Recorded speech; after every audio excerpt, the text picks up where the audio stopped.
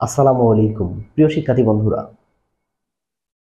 আজ আমি তোমাদেরকে তোমাদের গণিত বইয়ের পঞ্চম শ্রেণীর গণিত বইয়ের 99 পৃষ্ঠা থেকে 6 নং যে অঙ্কটি আছে এই অঙ্কটির সমাধান তোমরা কিভাবে খুব সহজেই করতে পারবে সেটি আজ আমি তোমাদেরকে দেখিয়ে দিব।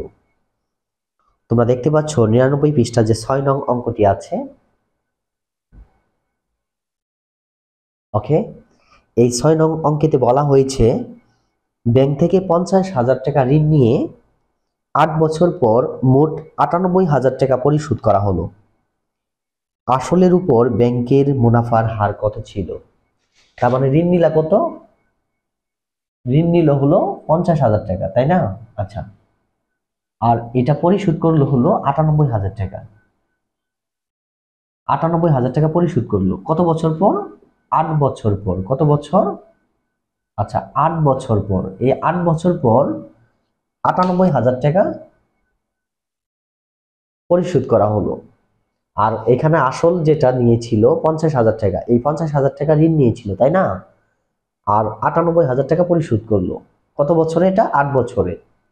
তাহলে এই 8 বছর পরে যে 98,000 টাকা পরিশোধ করলো, এখন ব্যাংক থেকে যে ঋণ নিলে একটা মুনাফা দিতে হয়, এই মুনাফার হারটা কত পার্সেন্ট ছিল এটাই আমাদের বের করতে হবে। পার্সেন্ট বলতে মানে 100 টাকার কত টাকা লাভ দিতে হয়েছে। যেমন এখানে বলা হয়েছে যে 5 নং অঙ্কটিতে বলা হয়েছে ব্যাংক থেকে আসলের উপর বার্ষিক 8% মুনাফা। এই যে 8% মুনাফা অর্থ হলো 100 টাকার 1 বছরের মুনাফা হলো 8 টাকা। কিন্তু 6 নং অঙ্কটিতে কিন্তু এটা উল্লেখ করেনি, মানে কত পার্সেন্ট মুনাফা এটাই আমাদের বের করতে হবে, তাই না?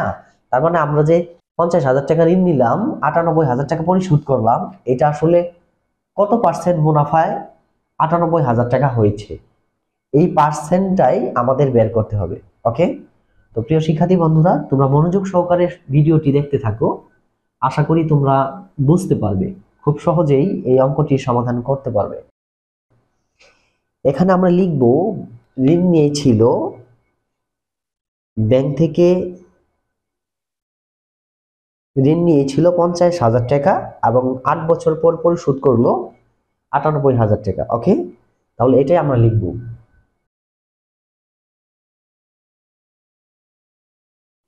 ঋণ নিয়েছিল কত টাকা? 50,000 টাকা। 50,000 টাকা এটা ঋণ নিয়েছিল। এখন আমরা দাগ দিয়ে লিখব, এই অঙ্কটা বিয়োগ করতে হবে। সুতরাং 8 বছরে মুনাফা দেওয়া হলো,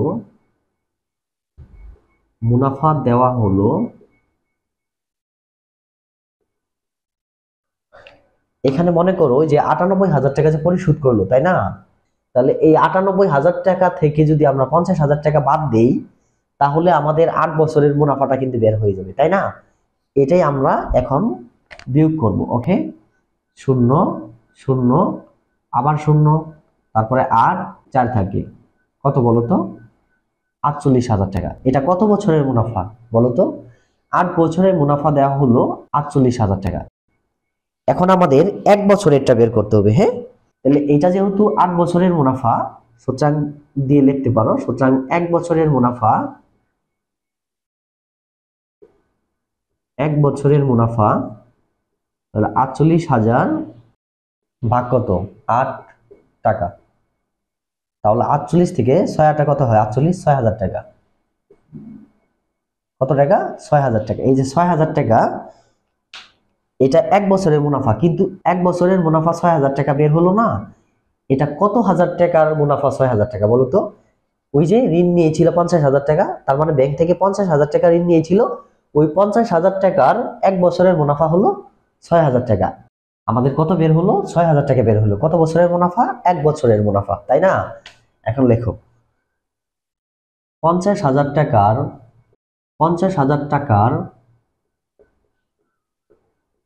1 বছরের মুনাফা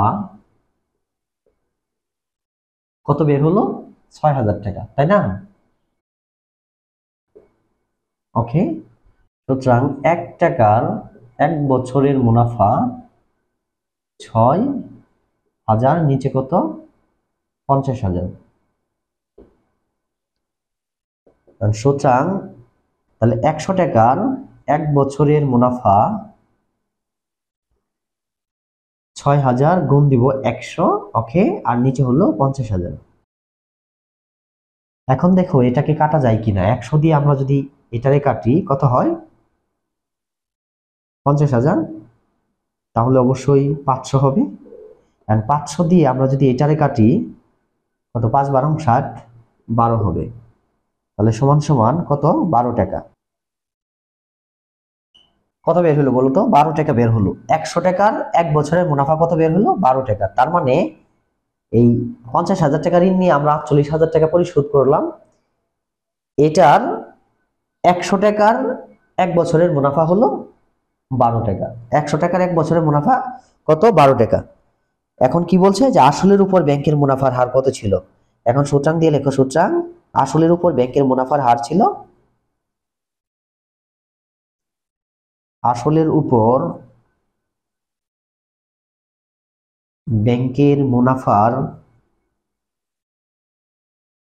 এই যে হার ছিল, যখন হার হবে, মুনাফার হার যখন হয়ে যাবে তখন এটা কি হয়ে যাবে? ১২ টাকা আর হবে না, তখন হবে ১২%।